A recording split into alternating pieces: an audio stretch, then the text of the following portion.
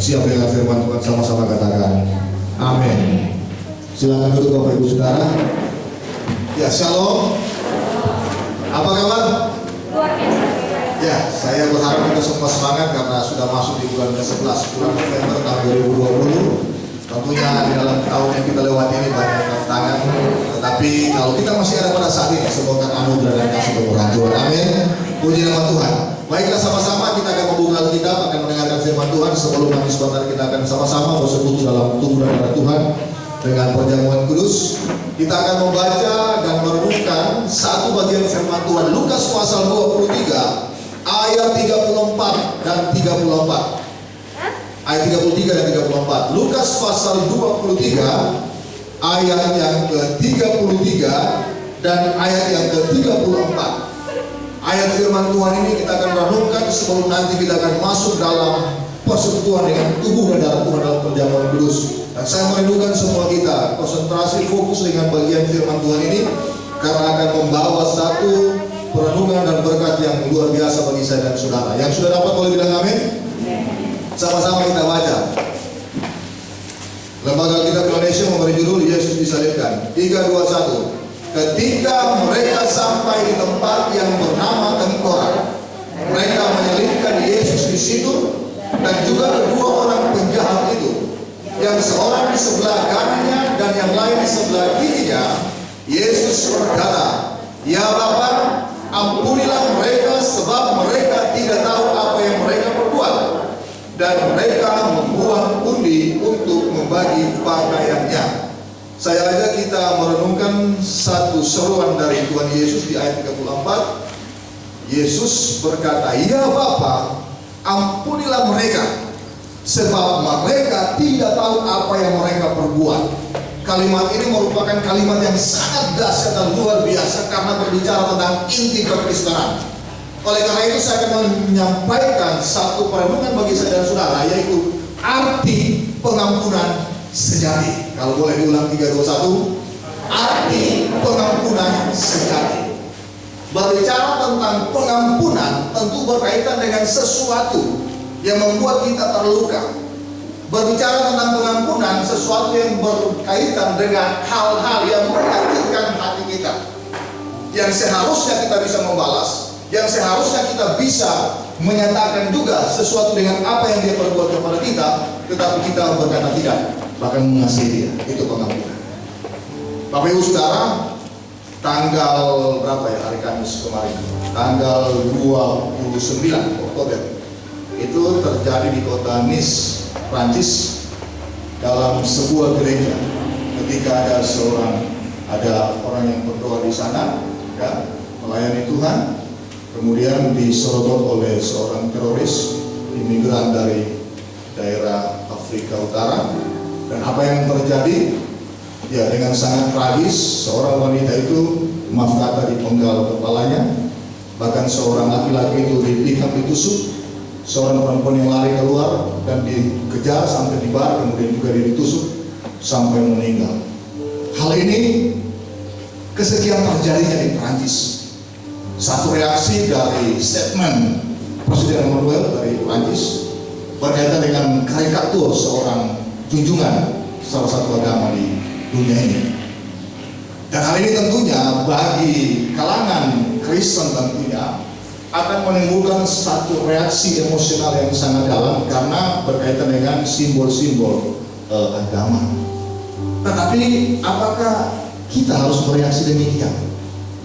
Dan memang kalau berbicara tentang pengampunan, ya kita kan tidak merasakan, atau kita bukan bagian keluarga dari orang-orang yang mengalami aniaya tadi, bahkan satu serbuan atau tindakan dari terorisme. Tetapi kalau saya boleh mengatakan bahwa hal-hal yang seperti ini sampai Tuhan Yesus datang tidak akan pernah berlalu, itu akan ada terus. Sebab Yesus pernah berkata bahwa kalau kamu mengasihi aku, dunia akan membenci kamu. Tetapi dengan baik bahwa berbicara pengampunan itu merupakan esensi tentang kekristenan kita. Oleh karena itu kekristenan berbicara tentang pengampunan tanpa batas, dan itulah pengampunan yang sejati. Saya membaca kisah Paulus Yohanes 2 ketika dia pernah tahun 80-an ditembak oleh seorang teroris juga waktu itu. Memang waktu itu belum dikatakan teroris, tapi dia tidak mati. Ketika dia sembuh, dia mengunjungi pembunuhnya, bukan pembunuhnya, orang yang menembak dia. Dia katakan, aku mengampuni kamu, aku mengasihi kamu. Kalimat ini merupakan satu statement yang sangat menggoncang dunia, oleh karena simbol keagamaan, simbol kekristenan itu diperlakukan seperti itu, tapi dia bisa berkata, aku mengampuni kamu.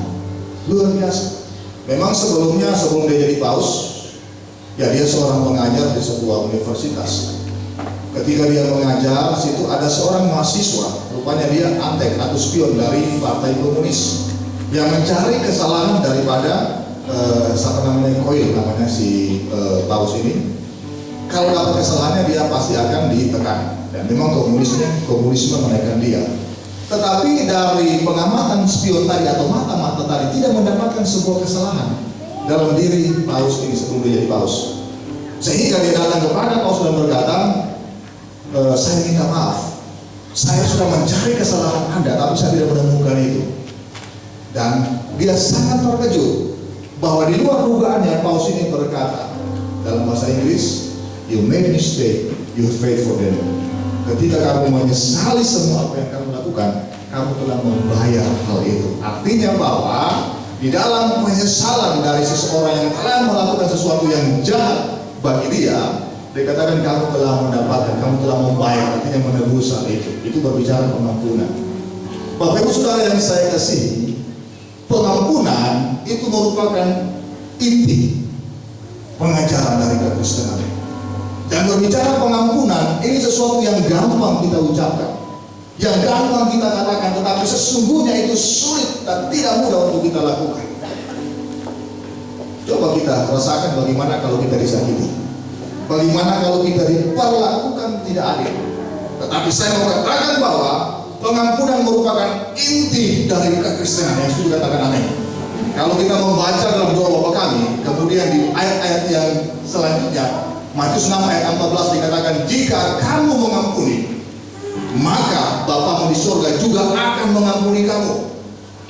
Ayat selanjutnya bilang bahwa jika kamu tidak mengampuni, maka Bapa di surga tidak akan mengampuni juga kesalahanmu. Berarti bahwa kalau kita terikat dengan dosa untuk tidak mengampuni, kita berarti terikat dengan akibat dari dosa itu. Nah, ini sesuatu yang harus saya bagikan kepada kita saudara, kepada kita semua, bahwa bagi Allah pengampunan itu adalah masalah besar. Saya ulang, berbicara tentang pengampunan itu bagi Allah masalah besar, jangan kita anggap remeh. Nah, sehingga Alkitab tadi bilang bahwa kalau kita tidak mengampuni, maka Bapa di surga juga tidak akan mengampuni kamu. Sekarang pertanyaan, bisakah kita mengampuni? Atau sudahkah kita mengampuni? Nah, ini sesuatu yang harus kita renungkan. Sebab biasa begini, ada pengertian atau pemahaman bahwa seringkali pengampunan itu berkaitan dengan perasaan. Maksudnya begini, saya mau bilang bahwa pengampunan bukan perasaan. Maksudnya bahwa seringkali kalau seseorang bersalah kepada kita, seseorang yang menyakiti hati kita, seseorang yang melukai hati kita, kita menyimpan kesalahan itu jauh-jauh di belakang atau kita sembunyikan, sehingga kelihatannya kita sudah mengampuni. Nah, ini sesuatu sebenarnya yang keliru, sebab hanya Tuhan yang dapat menyembuhkan luka batin kita. Sebab ketika orang mengatakan pengampunan itu hanya di perasaan dia, atau ketika dia terluka dia hanya menyimpan hal itu tidak selesai. Sebab sewaktu-waktu ketika bersinggungan dengan orang yang menyakiti dia, maka sakit hatinya akan muncul lagi. Ada banyak orang, saya banyak kali jumpai, dia bilang sudah tidak mengampuni, tapi ketika beberapa waktu dia ketemu lagi dengan orang itu, muncul sakit hatinya. Nah, padahal dia sudah bilang dia sudah melupakan. Tetapi ketika berjumpa lagi, muncul lagi sakit hati. Dia ingat bagaimana dia dilukai, dia ingat bagaimana dia disakiti, dia ingat bagaimana dia diperlakukan tidak adil, sehingga darahnya mendidih, dia masih marah lagi. Saya mengatakan bahwa pengampunan itu bukan seperti ini hanya perasaan yang sebenarnya dia lupakan, dia simpan, tapi ketika ketemu dengan orang tersebut muncul lagi perasaan terluka tadi. Saya mau bilang bahwa hanya Yesus Kristus yang sanggup menyembuhkan luka batin kita, amin. Tetapi hal itu harus kita akui di hadapan Tuhan. Kemudian yang berikut bahwa pengampunan bukan berarti berpura-pura tidak terluka. Saya ulang, pengampunan bukan berarti berpura-pura tidak terluka. Mungkin kita mengatakan bahwa oh tidak, yang ini tidak menyakitkan, tidak apa-apa, saya tidak sakit kok, saya orangnya gampang memaafkan. Sebenarnya kalau kita jujur melihat, biasanya ya, tidak semua, tapi biasanya orang yang berkata demikian, dia masih menyimpan sebenarnya. Oh tidak apa-apa, ya saya hal ini tidak menyakitkan. Kalau kita masih mengatakan demikian, coba kita cek, jangan-jangan kita belum beres dengan pengampunan kita.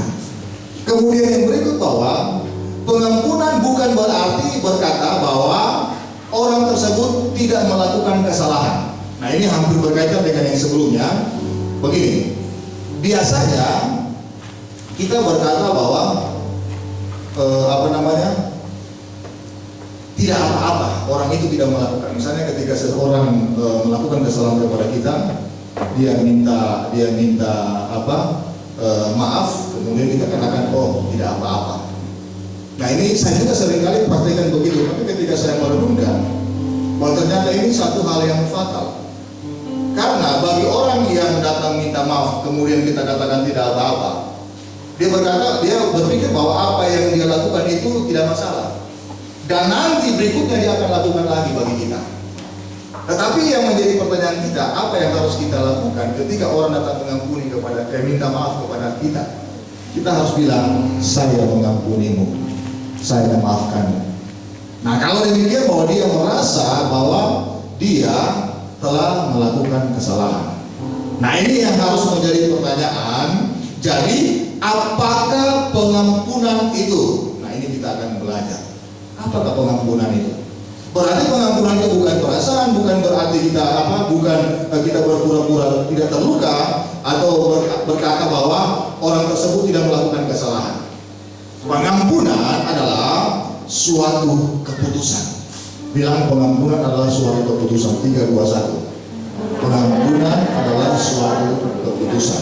Dengan baik, Allah memberi kepada kita kemampuan untuk memberikan kemampuan kepada kita untuk membuat keputusan. Walau emosi bilang tidak, walau perasaan itu bilang tidak. Kenapa? Untuk mengampuni seseorang yang bersalah kepada kita, itu keputusan.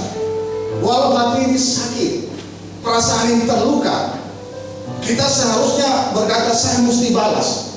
Tetapi ketika kita sampai kepada satu keputusan bahwa pengampunan itu adalah suatu keputusan yang harus kita lakukan walaupun kita tidak mampu.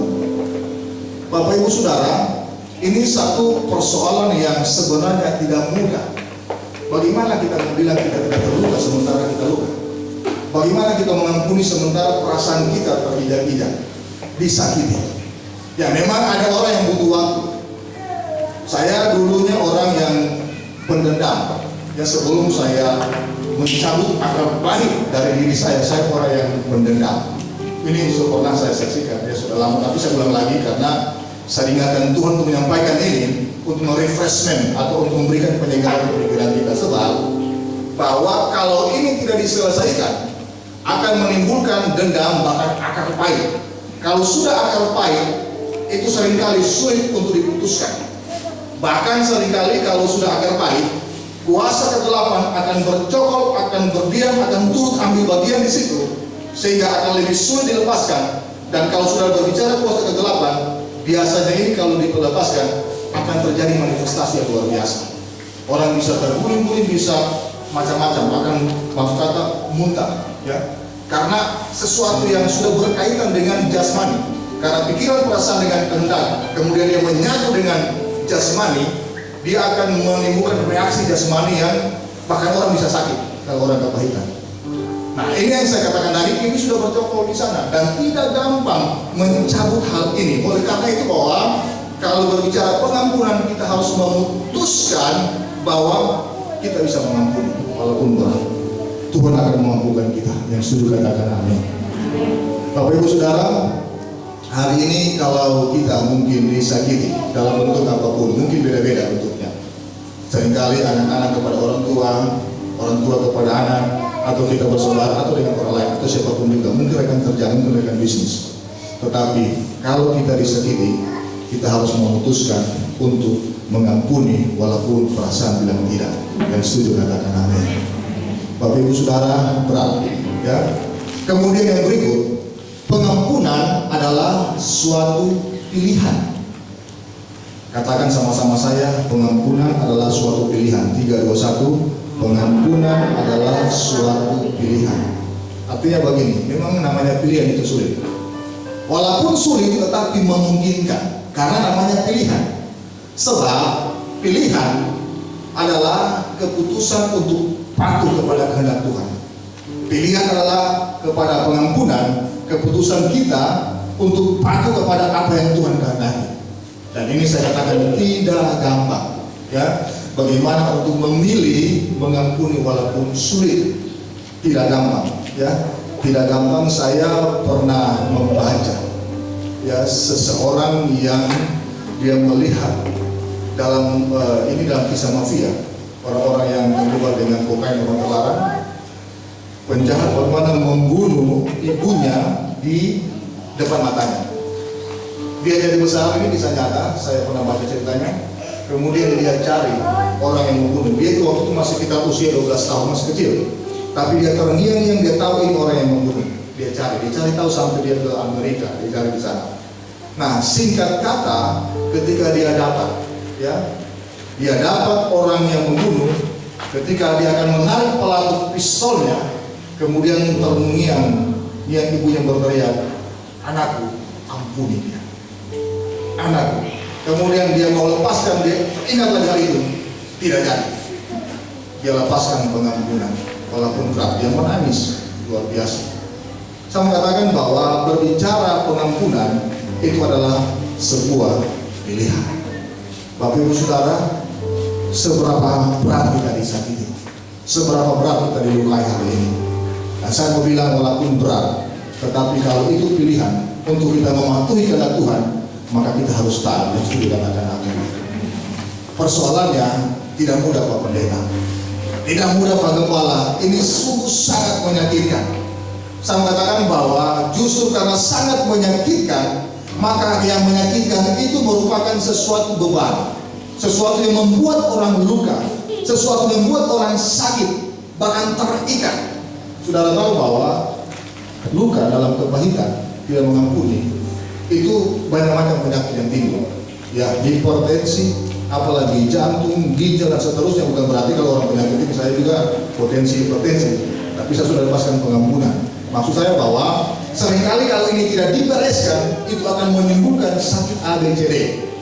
Kalau mungkin saudara mengalami sesuatu yang sakit, kemudian ketika ke dokter dan dicari penyebab tidak ada, nah coba cek bagian lain, jangan-jangan tidak mengampuni. Saya kalau pergi mendoakan orang sakit, saya mesti tanya dulu, bercerita, cari tahu apa penyebabnya. Kemudian ketika cari tahu penyebabnya tidak ada sesuatu, saya mulai merembet ke masalah rohani. Jangan-jangan ada sesuatu yang tersimpan di hati. Dia bilang, oh tidak ada Pak Pendeta. Saya mulai kejar, bagaimana kalau dulu, mungkin 10 tahun lalu, mungkin sudah lama, dia mulai ingat-ingat, baru muncul, oh dia sakit misalnya sama ibunya, sama papanya dan seterusnya. Dan saya cuma bilang, akui kamu terluka, kemudian minta ampun. Cuma 2 dari jurus. Akui, biasa orang tidak mau, dia terluka, saya tidak apa-apa tuh. Nah itu salah. Akui terluka, kemudian minta ampun. Kemudian minta ampun, yang berikut maafkan orang itu, walaupun dia sudah meninggal misalnya. Maafkan, artinya kita aku terluka dan maafkan. Bukan maafkan mengampuni dia, karena dalam orang meninggal tidak ada lagi pengampunan. Maksud saya bahwa kita sudah melepaskan beban yang ada itu. Nah ini seringkali ketika didoakan, sulit dia mengampuni ketika menyebut nama orang itu. Tapi kalau itu namanya ikatan, ketika kita lepaskan nama Tuhan Yesus, akan plong, bebas. Dan hari ini saya mengatakan, kalau ada di antara kita masih menyimpan hal-hal yang seperti ini dan belum terselesaikan, sebelum hal itu menjadi penyakit, bahkan sebelum kita di dalam kekekalan, dikatakan kalau kamu tidak mengampuni, maka Bapamu juga di surga tidak akan mengampuni kamu. Saat ini, sebelum engkau mengambil bagian dalam perjamuan kudus, lepaskan pengampunan. Amin. Kita harus melepaskan hal ini. Sebab kenapa? Ini merupakan pilihan. Karena memilih untuk taat atau tidak itu pilihan. Tetapi kalau kita ingin bebas dari hukuman, kita ingin mendapatkan pengampunan dari Bapa di surga, maka jalan keluar hanyalah mengampuni. Yang setuju katakan amin. Kemudian yang berikut, pengampunan adalah suatu gaya hidup. Sama-sama 3, 2, 1. Pengampunan adalah suatu gaya hidup. Dengan kata lain bahwa bukan berbicara sesuatu yang temporer, bukan hanya pada saat ini saja, bahwa kita tidak bisa menjamin besok lusa kita tidak akan tersakiti. Tidak ada yang bisa menjamin bahwa lusa, bulan depan dan kapan saja kita akan terluka. Itu bisa terjadi. Tetapi kalau pengampunan itu merupakan satu gaya hidup, maka hal itu merupakan gaya hidup yang harus kita pelihara. Saya ulang, kalau pengampunan itu merupakan suatu gaya hidup, maka setiap saat dan sampai kapanpun, dan pengampunan itu merupakan gaya hidup, dan kita harus pelihara di dalam kehidupan kita. Yang setuju katakan amin. Saya ulang bahwa ini merupakan sangat-sangat penting, ya. Saya terbebas dengan sakit hati, luka batin, kepahitan ketika saya berani melepaskan hal ini sampai ke akar-akarnya. Kalau tidak, itu akan muncul potensinya lagi. Saudara dengar bahwa kalau kita bisa mengampuni dan pengampunan itu menjadi satu gaya hidup, kita akan bebas merdeka. Kalau kita terluka atau kita dilukai, mungkin cuma beberapa menit, paling lama 1 jam, bebas lagi. Saya kalau misalnya marah, sakit hati, saya berdiamkan. Lama-lama saya renungkan, melepaskan pengampunan, doa dalam hati, minum air putih, ya selesai urusan, pelong lagi. Tetapi persoalannya Pak Pendeta, tidak semua orang bisa begini. Setelah ini seulang-ulang, bukan cuma 3 kali, 4 kali, ya. Dia mengkhianati cinta saya, dia pergi dengan orang lain, mau ampuni tidak bisa berkembang. Tidak ada cerita lain. Pengampunan adalah gaya hidup. Amin. Soal dia nanti bagaimana terjadi, itu nanti Tuhan berurusan, Tuhan yang bisa balas. Dan pembalasan Tuhan yang paling adil, bukan kita. Bagian kita hanya untuk melepaskan pengampunan, dan pengampunan itu menjadi gaya hidup. Yang sudah katakan amin. Dengan baik, lawan mengampuni atau lawan kata dari mengampuni adalah tidak mengampuni. Ya. Tidak mengampuni itu dia punya saudara sepupu. Yang pertama namanya dendam, yang kedua namanya kepahitan. Nah, berarti kalau kita dendam, ya berarti kita tidak mengampuni. Atau kita menyimpan kepahitan, ya berarti kita tidak mengampuni. Menarik saudara bahwa kata dendam itu dalam bahasa Inggris resentment. Kata re artinya kembali, sent mengirim, men itu menjadikan kata benda. Berarti resentment artinya mengembalikan lagi, mengirim kembali. Artinya dia kirim sakit hati sama saya akan kirim kembali juga sakit hati sama dia. Itu namanya dendam. Dan ini merupakan sesuatu yang ada potensinya oleh karena kodrat dosa dalam setiap manusia. Sebab dalam diri saya dan saudara ada satu kodrat yang namanya ego, keakuan. Dan keakuan ini menuntut harus dipenuhi siapapun juga. Sehingga ada muncul pepatah, sedangkan semut kalau diinjak dia membalas, apalagi manusia. Kenapa? Karena manusia punya satu kodrat namanya ego. Dan memang ego kita berbeda-beda penuntutannya, pemenuhannya. Tetapi berbicara pengampunan itu berbicara tentang melepaskan hak. Ego itu, keakuan itu hak. Dan ketika berbicara pengampunan artinya melepaskan hak kita. Dan saya mengatakan ini tidak gampang. Karena berbicara tentang dendam, membalas kembali, itu persoalan atau hal yang natural bagi pribadi manusia. Siapa sih kalau dilukai ingin membalas? Itu omong kosong.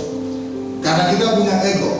Tetapi kalau kita belajar dari pribadi Yesus Kristus ketika dia katakan, Bapa, ampunilah mereka sebab mereka tidak tahu apa yang mereka perbuat, dia sementara melepaskan egonya sebagai manusia 100%, walaupun dia ilahi juga 100%. Dan saya mengatakan bahwa hal ini merupakan prinsip kekristenan yang harus kita pegang. Kekristenan tanpa pengampunan tidak ada gunanya. Percuma namanya Kristen, percuma KTP-nya Kristen. Tapi kalau kekristenan kemudian disertai dengan pengampunan, dan pengampunan itu menjadi gaya hidup, maka itu kekristenan yang sangat-sangat luar biasa. Amin. Karena berbicara tentang dendam itu berkaitan dengan ego kita. Kita mau untuk mengirim kembali apa yang dia buat sama saya. Dia fitnah saya akan balas fitnah. Dia membuat saya sakit hati, saya akan membalaskan lagi. Saya mampu untuk membalas. Itu namanya dendam. Mungkin kita berkata, Pak Gembala, saya kan tidak dendam. Oke lah, kita bisa mengampuni, kita tidak dendam. Tetapi coba kita cek, karena kita ini hidup mau menjadi sempurna seperti Yesus. Amin. Berubahlah oleh pembaruan budimu, supaya kamu bisa membedakan apakah manakah kehendak Allah yang baik, yang berkenan kepada Allah dan yang sempurna. Dan berbicara tentang dendam bukan cuma persoalan pada hal-hal yang besar, tapi sampai kepada hal-hal yang kecil pun juga kita harus berani mengintrospeksi, kita harus berani mengevaluasi diri kita dendam atau tidak. Saya ambil contoh misalnya, ya ini bukan di sini tapi secara umum. Kalau mungkin ada, kita akan introspeksi.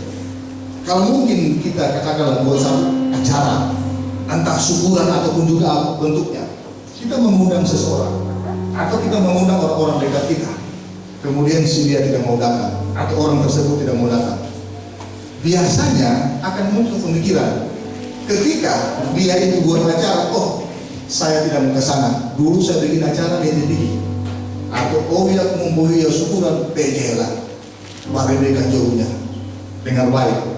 Itu namanya mengirim kembali sama dengan dendam, ya.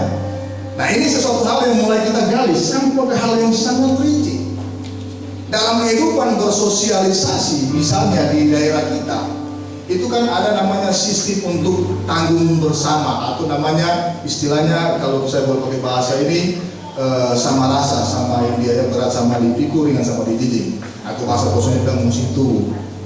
Nah, seringkali hal ini menjadi satu ya dendam juga. Ketika dia membuat acara, kemudian ada memberikan sesuatu kepada orang tersebut, kemudian ketika dia buat acara, orang tersebut tidak membalas, dia kan kopiah bilang, tunggu bagian. Ketika dia salah membuat sesuatu, dia juga tidak membalas, tidak memberikan sesuatu untuk katakanlah menghargai undangan. Itu sama juga dengan dendam juga, walaupun skalanya kecil. Tetapi poinnya saya mau bilang di sini bahwa berbicara tentang pengampunan, bahwa segala sesuatu yang melekat dengan keakuan kita harus lepaskan. Yang sudah katakan amin. Bukan hanya berbicara orang di luar, suami istri pun juga demikian. Ya, kalau bila hal begini, saya dengan Ibu Gembala ini sudah ya lulus lah istilahnya. Bukan berarti tidak pernah baku marah. Ya. Biasanya hal-hal yang biasa menimbulkan ketersinggungan, gesekan, jadi hal yang lucu-lucuan. Kalau sudah mulai kata-kata saya atau hal yang membuat dia marah, Ibu Gembala marah, saya bilang nih, lepaskan pengampunan. Oh langsung ketawa dia setengah mati ya. Jadi langsung hal yang lucu-lucuan lagi. Kenapa? Karena teringat lagi dan juga ya seperti itu bahasa yang lucu dalam hal seperti mengingatkan kembali. Kenapa? Karena seseorang itu dia bisa bereaksi marah, itu manusiawi, itu natural. Tetapi bagaimana untuk kita tidak menyimpan kemarahan itu, kemudian kita melepaskan pengampunan, dan tadi itu bahwa ini merupakan keputusan dan juga pilihan dan gaya hidup yang menjadi persoalan mampukan kita untuk melepaskan pengampunan. Amin. Jangan ada dendam. Kemudian yang paling berat adalah kepahitan. Kepahitan adalah mengingat suatu kejadian peristiwa dan membuat orang itu bisa darahnya mendidih, bisa marah. Dan kepahitan biasanya luka yang sudah sangat mengental, yang sudah sangat dalam, yang sangat susah untuk diampuni. Ada orang bilang bahwa kalau saya walaupun 7 turunan sampai mati saya tidak akan pernah mengampuni kamu. Bahkan di banyak peristiwa saya melihat kalau ada orang yang meninggal dipanggil, ayo kita ke sana. Enggak. Dia sulit untuk melepaskan sakit hatinya. Padahal orang yang sudah meninggal untuk apa lagi? Saya mengatakan bahwa ya karena firman Tuhan bilang tidak akan diampuni oleh Bapa di surga. Jangan harap untuk melihat kerajaan surga. Kristus mengampuni kita lunas dibayar. Tetapi bisakah kita mengampuni? Karena ketika suatu saat Tuhan Yesus ditanya, kalau orang bersalah kepada kita mungkin sudah ulang-ulang, berapa kali saya harus mengampuni? 3 kali kan? Apa Tuhan Yesus bilang sama Petrus? Bukan cuma 3 kali, bukan cuma 7 kali, 70 kali 7 kali. Itu angka 7 angka sempurna. Tetapi Yesus menekankan 70 kali 7 itu tanpa batas. Dan ini berbicara yang tadi bahwa pengampunan itu sesuatu yang harus menjadi gaya hidup kita. Amin. Kita akan cek sebentar. Ketika kita mengambil bagian dalam perjamuan kudus, sesuatu yang masih tersimpan di hati kita akan kesalahan orang lain, lepaskan pengampunan. Minta Roh Kudus ingatkan supaya memori kita terbuka siapa orang-orang yang menyakiti hati kita. Ingat namanya, sebutkan namanya, lepaskan pengampunan. Kalaupun itu orang yang terdekat denganmu, entah itu suami, istri, ataupun anak, siapapun juga, engkau terluka pada saat ini, lepaskan pengampunan. Hanya itu merupakan jalan. Sebab kalau tidak kita lakukan, ini akan sangat-sangat fatal dalam kehidupan kita. Nah sekarang pertanyaan, bagaimana mengetahui bahwa kita telah mengampuni? Nah ini harus kita cek juga. Bagaimana kita tahu bahwa kita sudah mengampuni? Saya mengatakan bahwa ketika kita mengizinkan Tuhan menggunakan saya dan saudara sebagai saluran berkat untuk kita menyatakan kasih kita kepada orang yang telah menyakiti kita, kemudian kita bisa melakukan, dan itulah merupakan tanda kita telah mengampuni. Sehingga kita berkata, lakukan kebaikan kepada orang yang menyakiti kita, sama seperti menaruh bara api di atas kepalanya. Artinya bahwa kejahatan dibalas dengan kebaikan. Yang setuju katakan amin. Dengan jalan apapun. Orang yang bersalah kepada kita yang mungkin kalau ini ya kirim makan kue pada dia, ya, atau kunjungi dia di rumah. Dia tidak mau bicarakan kita, bicara sama dia. Kalau kita jangan, nanti kita bicara, dia balas menyakiti. Oh kita belum bisa mengampuni, kita masih terbuka. Kalau kita sudah mengampuni, kemudian bagaimana mengeceknya, coba bicarakan dia. Kalau sudah tidak ada beban, berarti sudah beres. Kalaupun kita bicara kemudian masih ada jalan, ya nggak apa-apa, itu bertahap. Tapi terus lakukan sampai kita merasa plong. Dan kalau sudah demikian dengan baik, kita sementara mengundang berkat Tuhan menyertai kehidupan kita. Yang sudah katakan amin. Sebab berbicara pengampunan doa selalu berkaitan dengan pengampunan. Saya ulang, berbicara pengampunan doa selalu berkaitan dengan pengampunan. Kalau tidak percaya, buka kita Markus pasal 11, ayat yang terakhir, ayat yang ke-24. Sama-sama kita baca. Markus 11 ayat 24. Karena itu aku berkata kepadamu, apa saja yang kamu minta dan doakan, percayalah bahwa kamu telah menerima. Ini memang daya iman. Belum kita terima apa yang kita doakan, percaya sudah menerima.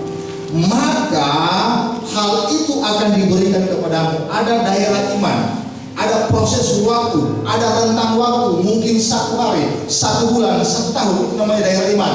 Tetapi kita percaya, kita sudah terima, maka hal itu akan diberikan kepadamu. Yang sudah katakan amin. Tetapi dengan baik. Ada syaratnya, jangan lupa. Ayat 25 sambungannya.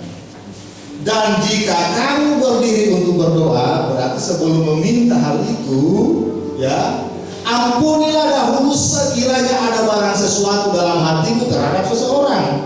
Ini berarti melepaskan pengampunan, supaya juga Bapamu di surga mengampuni apa? Kesalahan-kesalahanmu. Karena ada bagian yang selanjutnya lagi, yang berikut. Tetapi jika kamu tidak mengampuni apa? maka Bapa di surga tidak akan mengampuni kesalahanmu. Berarti ada dua hal yang kita akan terima kalau tidak mengampuni. Doa tidak dijawab, tidak akan diampuni Bapa di surga. Saya balik, supaya doa kita terjawab oleh Tuhan, apa yang kita minta dan doa yang percaya sudah terima, hal itu akan diberikan. Kita harus apa? Mengampuni. Berarti pengampunan berkaitan dengan pengampunan doa. Dan oleh karena itu, dalam doa Bapa kami, berikanlah kami pada hari makanan kami yang secukupnya. Selanjutnya, dan ampunlah kami akan kesalahan kami, seperti kami juga mengampuni orang bersalah kepada kami. Berikutnya, dan jangan membawa kami dalam pencobaan, tetapi lepaskanlah kami dari apa? Karena Engkau yang punya kerajaan dan kuasa dan kemudian sampai selama-lamanya. Amin. Ayat 14 yang tadi itu. Karena jikalau kamu mengampuni, Bapa di surga mengampuni kamu. Dan jikalau kamu tidak mengampuni, Bapa di surga tidak akan mengampuni kamu. Berkaitan. Dalam doa kami, berikanlah kami pada hari makanan kami yang secukupnya.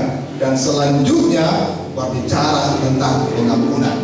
Oleh karena itu saya katakan tadi bahwa pengampunan itu inti dari pengajaran Kristen. Pengampunan merupakan inti kekristenan kita dan harus kita lakukan, sebab ini berbicara berkat kehidupan kita di dunia ini, doa dijawab oleh Tuhan, dan juga berkat keselamatan kekal.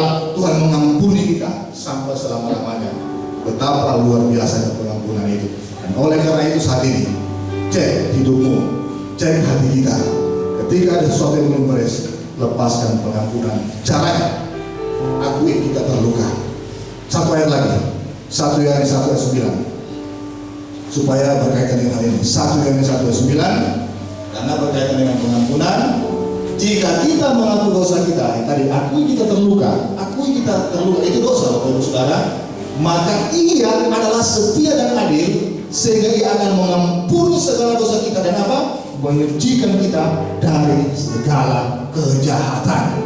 Betapa dahsyat kekuatan firman Tuhan ini. Disinilah rahasia jawaban doa, berkat Tuhan untuk hidup ini, hidup yang akan datang. Itulah rahasia kepada kita. Amin. Amin untuk firman Tuhan. Haleluya. Kita akan siapkan hati kita.